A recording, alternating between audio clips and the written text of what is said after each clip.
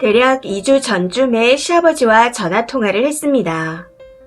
이런저런 이야기를 하면서 지나간 추석 이야기가 나왔고 자연스럽게 설 이야기까지 나오게 되었습니다.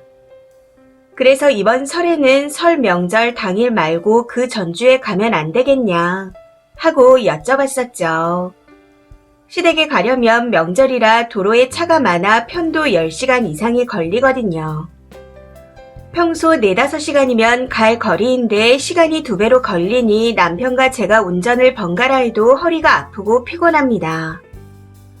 아무튼 당시 지나가는 말로 여쭤봤었지만 그렇게 하라 마라 하는 말씀은 없으셨고 다른 이야기를 하다가 통화를 마치게 되었습니다. 그냥 시부모님의 안부를 묻고 이런저런 이야기를 하다가 분위기 좋게 끝낸 거였죠. 그런데 어제 저녁에 남편과 고기에 술 한잔하고 집에 와서 맥주를 마시고 있는데 남편 핸드폰으로 전화가 오는 겁니다. 확인을 해봤더니 시어머니더군요. 남편이 전화를 받자마자 땡땡이가 설 때 당일에 안 오고 그 전주에 오면 안 되냐고 물어봤냐. 이 배은망덕하고 불효막심한 것들. 1년에 3번 오는 게 먹으리 힘들다고 그따위로 물어보냐. 라고 소리를 지르며 다다다 쏘아 붙이는 겁니다. 순간적으로 정말 황당하고 어이가 없더라고요. 말 그대로 버럭버럭 화를 내며 땡땡이가 맹랑하다. 그걸 아빠한테 이제서야 들었는데 너무 화가 나서 전화했다. 이게 무슨 버르장머리 없는 짓이냐. 하면서 중간중간 막말까지 해가며 소리를 지르시는데 이게 도대체 무슨 일인가 싶었습니다. 무엇보다 이게 그렇게 화낼 일인가 하는 생각이 들기도 했었고요. 사실 저희 시부모님은 교회에 다니셔서 명절이라고 해도 제사를 지내지 않습니다.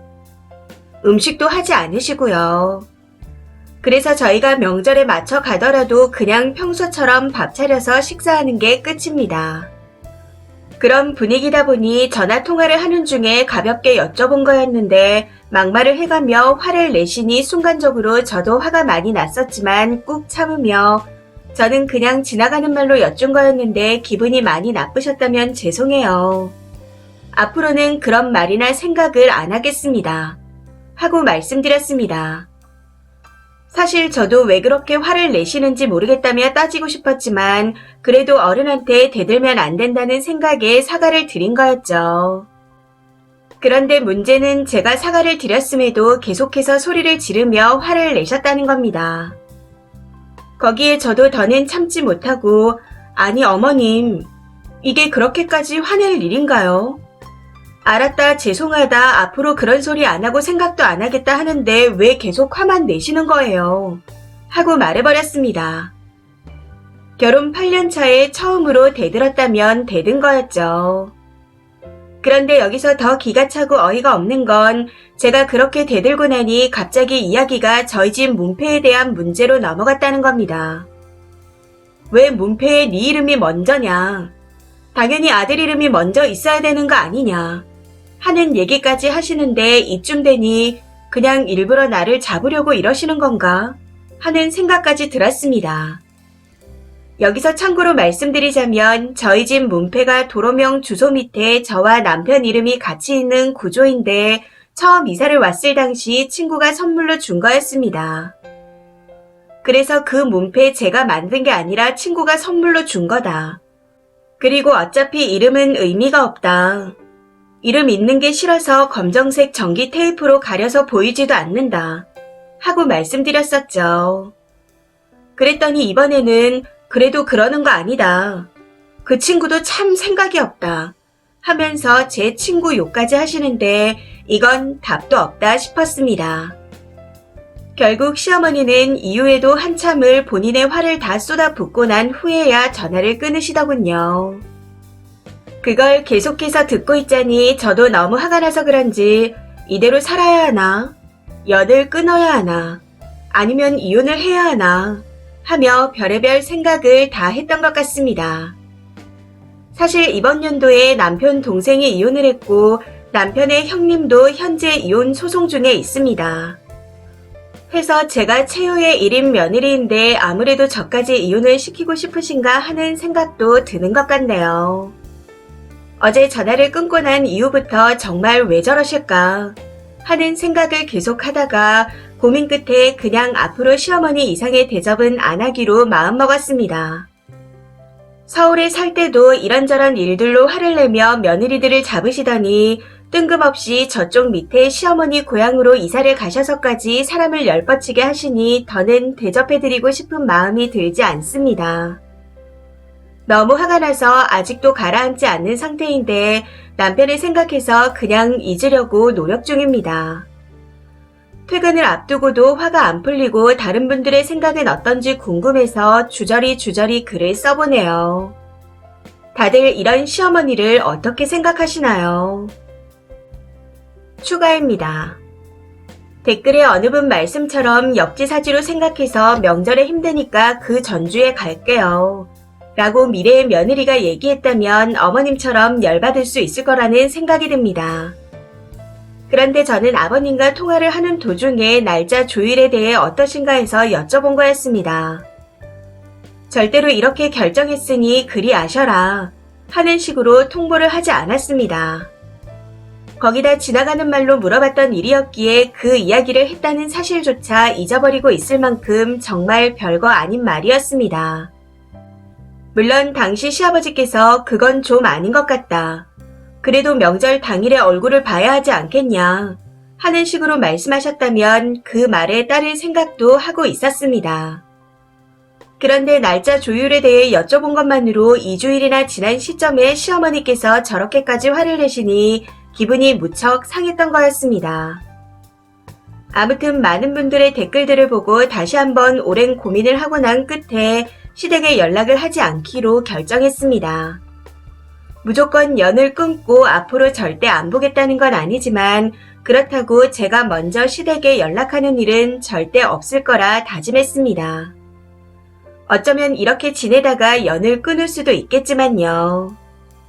남편은 평소 자상하고 착해서 제 말을 잘 들어주기에 그냥 남편하고 둘이서 재밌게 살아갈 생각입니다. 물론 제 결정에 대해서는 남편한테도 얘기를 했고 남편도 동의한 상태이고요. 이 일은 그냥 이렇게 결론을 내리게 되었네요. 처음에는 그냥 화나고 답답한 마음과 다른 분들의 생각이 궁금해서 글을 쓴 거였는데 많은 도움을 받게 된 것 같습니다. 공감해 주셔서 위로를 얻기도 하고 따끔한 말씀에 반성을 하기도 한 것 같아요. 댓글 주신 모든 분들께 정말 감사드립니다. 댓글입니다. 첫 번째. 저랑 비슷한 상황이네요. 저는 막내 며느리인데 아주버님 두 분이 다 이혼하셨습니다. 그 이후로 시어머니는 태세가 급으로 전환돼서 제 눈치를 엄청 보고 계세요. 하나밖에 없는 며느리라고. 전에 남편하고 시어머니한테 서운한 일이 있었는데 대놓고 우리 애기 잘 키워달라. 저는 능력이 안 돼서 이혼하면 아이는 못 키운다.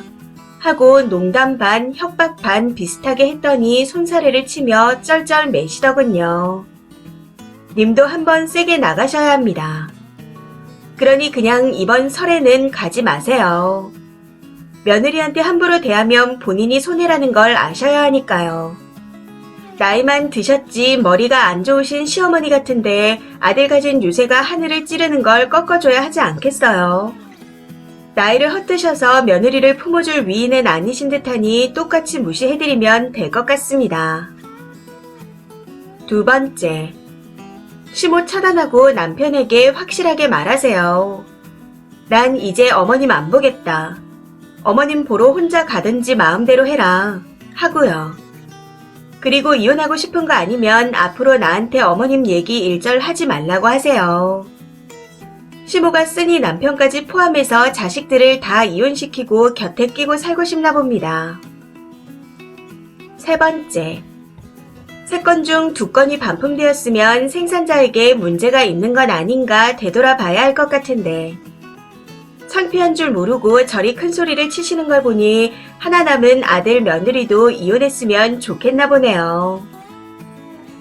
네 번째, 역지사지하면 열받을 수 있죠가 아니라 미리 역지사지 좀 하고 현명하게 행동하면 안 되나요? 하긴 그게 힘드니까 인간이겠죠. 1년에 한 번이든 세 번이든 이왕 가는 거 어머니한테 맞춰드려야지 라는 생각을 가지고 있으면 전주에 갈게요. 하는 생각 없는 소리는 안 나올 겁니다. 그리고 남편이 착하고 말을 잘 들어준다고 하셨는데 이게 남편과 사는 이유라면 쓰니는 참 자기 중심적인 사람인 것 같네요. 5번째. 저는 결혼 5년 차이고 명절에 시댁 가는데 님과 비슷한 시간이 걸려요. 그래서 저희는 항상 지금까지 전주에 가던지 그냥 아예 안 갑니다. 명절이 뭐라고 10시간씩 걸려서 가나요? 님 시어머니는 마지막 남은 며느리까지 없어져 봐야 정신을 차리시려나 봐요. 6번째. 그 시어머니 아들들 데려다가 돌싱 특집 하시려고 그러시나? 뭘 잘했다고 며느리한테 배응망덕이래요. 무식한 노인네가 노망이 났나 봅니다. 진짜 왜 저러나 싶네요. 7번째.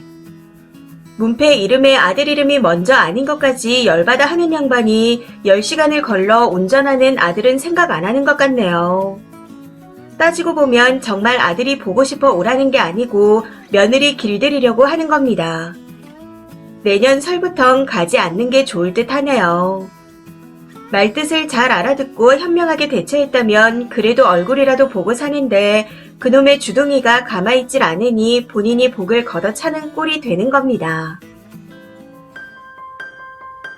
이 사연은 여기까지입니다.